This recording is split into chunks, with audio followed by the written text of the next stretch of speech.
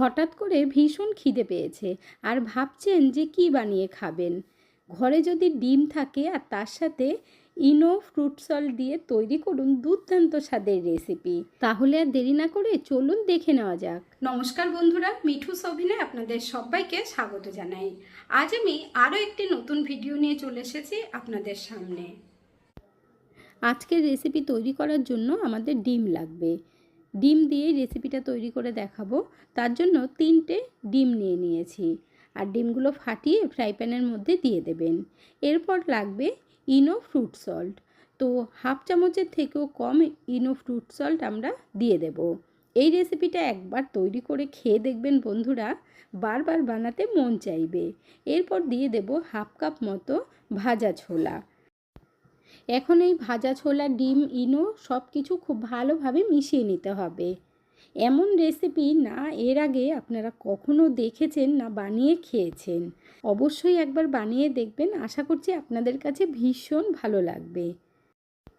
যখনই হঠাৎ করে কিছু খেতে মন চাইবে আর ভীষণ খিদে পেয়েছে, ঘরে ডিম থাকলেই না ঝটপট আপনারা বানিয়ে নিতে পারবেন আর একদম কম খরচে ভীষণ সুস্বাদু একটি রেসিপি তৈরি করে নেওয়া যায়। সব কিছু খুব ভালোভাবে মিক্স করে নিয়েছি। তো এখন আমরা নামিয়ে নেব।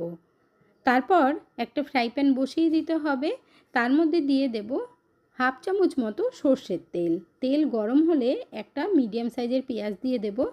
এর সাথেই দিতে হবে 5-6 কোয়া রসুন আর হাফ ইঞ্চি মতো আদা আর 2টো কাঁচা লঙ্কা। ঝাল আপনারা যেমন খাবেন ঠিক ততটাই দেবেন। এরপর সব কিছু না ভালোভাবে একটু ভেজে নিতে হবে। একটু লাল লাল করে ভাজবেন, তাহলে খেতে খুব ভালো লাগবে। এমন রেসিপি না এর আগে আপনারা কখনো দেখেছেন না বানিয়ে খেয়েছেন।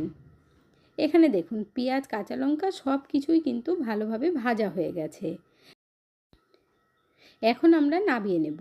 বেশিক্ষণ টাইম লাগবে না, খুব তাড়াতাড়ি হয়ে যাবে। আর তারপর ভালোভাবে ঠান্ডাও করে নিতে হবে। এরপর একটা মিক্সির জার নিয়েছি, তার মধ্যে ভাজা ছোলার ডিমের মিশ্রণটা ঢেলে দেব। এর মধ্যে এখন ভাজা পেঁয়াজ আর রসুন দিয়ে দেব। এগুলোও খুব ভালো করে ঠান্ডা করে নিয়েছি।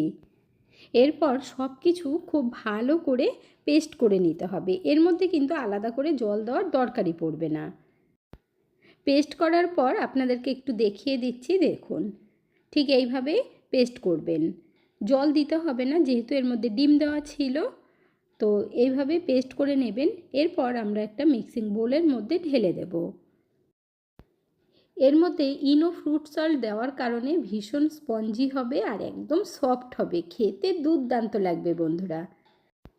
এর মধ্যে এখন একটা আলু দেব, তবে সিদ্ধ করার ঝামেলা ছাড়াই। কাঁচা আলু গ্রেট করে দিয়ে দেবেন, ভালোভাবে মিশে যাবে আর সিদ্ধ করার কোনো দরকারই পড়বে না। বন্ধুরা, আজকের এই ভিডিওটা যদি আপনাদের ভালো লেগে থাকে তাহলে আমার চ্যানেলটিকে অবশ্যই সাবস্ক্রাইব করবেন। পাশে থাকা বেল আইকনটি দাবিয়ে দেবেন, সবার সাথে শেয়ার করবেন আর একটা লাইক করতে ভুলবেন না কিন্তু। যখনই তৈরি করবেন বাড়িতে অবশ্যই আলু দেবেন, তাহলে দেখবেন বাচ্চারাও ভীষণ পছন্দ করবে।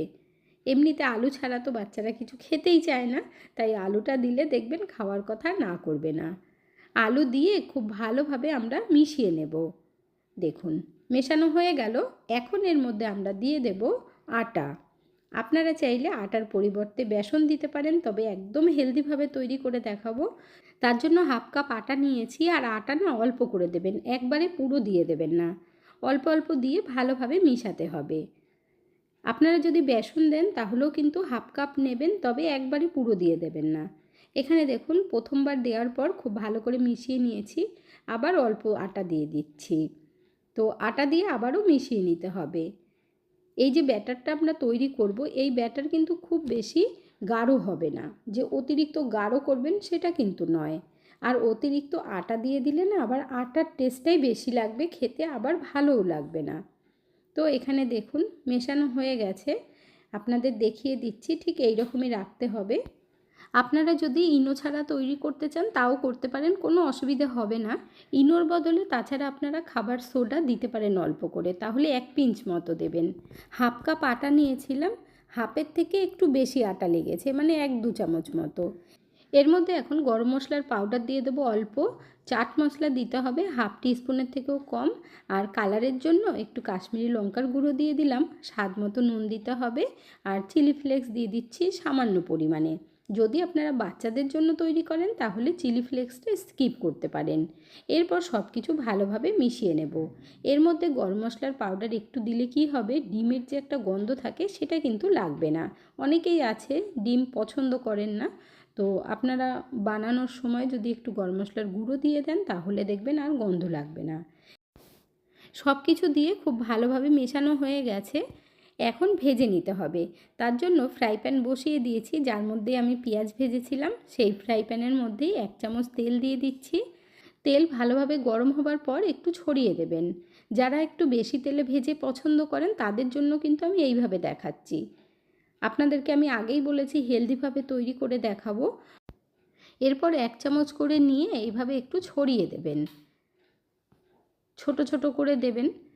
তবে আমি 2 রকমভাবেই আপনাদেরকে দেখাবো, যাতে করে আপনারা একদম কম তেলে, মানে একদম ছিটাফোটা তেল দিয়েও যাতে বানাতে পারেন, তো সেইভাবেও দেখিয়ে দেব। একবারে যে কটা ধরবে দিয়ে দেবেন। এগুলো বানাতেও কিন্তু ভীষণ কম টাইম লাগে, না তো আলু সিদ্ধ করার ঝামেলা, না কোনো কিছু, ঝটপট গুলবেন আর বানিয়ে নেবেন। দেখুন 4টে দিয়ে দিয়েছি এখানে, আর ভালো করে একটু ছড়িয়েও দিয়েছি। এরপর ঢাকা দিয়ে দেবো গ্যাসের ফ্লেমটাকে লো আঁচে করে, তাহলে আলুটাও সিদ্ধ হয়ে যাবে। 1 মিনিট বাদে আমি ঢাকনা তুলে নিচ্ছি, আর ওপর থেকেও দেখুন ড্রাই হয়ে গেছে। তো ড্রাই হবার পর উল্টে দিতে হবে। নিচের দিকটা দেখুন কত সুন্দর কালার এসে গেছে, এই রকম লাল লাল করে ভাজবেন। খেতে ভীষণ ভালো লাগবে বন্ধুরা, বাচ্চাদের টিফিনেও দিতে পারবেন বা লাঞ্চ বক্সেও দিতে পারবেন।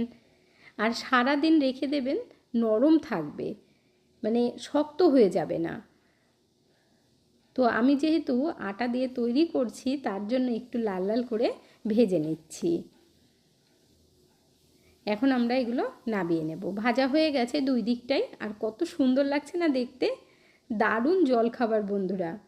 তো আপনারা ডিনারেও কিন্তু বানিয়ে নিতে পারেন, কোনো অসুবিধে নেই। আবার সন্ধ্যেবেলাও বানিয়ে খেতে পারবেন, মানে যখনই খিদে পাবে তখনই কিন্তু বানিয়ে খাওয়া যাবে। সবগুলোই নামিয়ে নিয়েছি, আর দেখতেও কিন্তু খুব সুন্দর হয়েছে। এরপর সামান্য একটু তেল দিয়ে দিতে হবে, একদম অল্প করে। এখন যে ব্যাটার বেঁচেছে এই ব্যাটার না আমরা পুরোটাই একবারে দিয়ে দেব। তো আপনাদেরকে তো আমি আগেই বলেছিলাম যে হেলদিভাবে তৈরি করছি, তাহলে দেখে আপনারা বুঝতে পারছেন। ফ্রাই প্যানের মধ্যে সামান্য একটু তেল ছিল আর অল্প একটু দিয়েছি। তেল কিন্তু ভীষণ কম দিয়ে আপনারা তৈরি করতে পারবেন। পুরো ব্যাটার দিয়ে দেবার পর ভালোভাবে ছড়িয়ে দেবেন।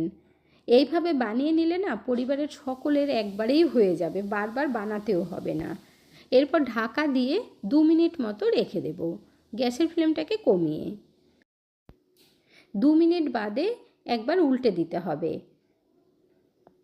দেখুন কত সুন্দর হয়েছে, একদম ড্রাই হয়ে গেছে উপর থেকে। আর সামান্য একটু তেল দিয়ে দিলাম, এরপর আস্তে আস্তে উল্টে দেব। এই রকম একটু কড়া করে ভেজে নেবেন, কারণ এটা ঠান্ডা হবার পর নরম থাকবে। তো উল্টে পাল্টে একটু কড়া করে ভাজবেন, খেতে খুব ভালো লাগবে বন্ধুরা। আপনারা দেখতেই পাচ্ছেন খুব সুন্দর করে লাল লালভাবে ভেজে নিয়েছি। আর এইটা যে বানিয়েছি না, একবারে 4 পিস করে নেবেন, তো 4 জনে মিলে খেতে পারবেন, পেটটাও ভরে যাবে। এখানে দেখুন আমি সার্ভ করে নিয়েছি, সাথে টমেটো সস দিয়ে দিচ্ছি। বন্ধুরা আপনারা কে কোথা থেকে ভিডিওটি দেখছেন অবশ্যই কমেন্ট করে জানাবেন, তাহলে আমিও বুঝতে পারবো আমার বন্ধুরা কোথা থেকে দেখছেন। আপনারা সকলেই এত সুন্দর সুন্দর কমেন্ট করেন, আপনাদের কমেন্টগুলো পড়তে আমার ভীষণ ভালো লাগে। এইভাবে পাশে থেকে সাপোর্ট করার জন্য অসংখ্য ধন্যবাদ।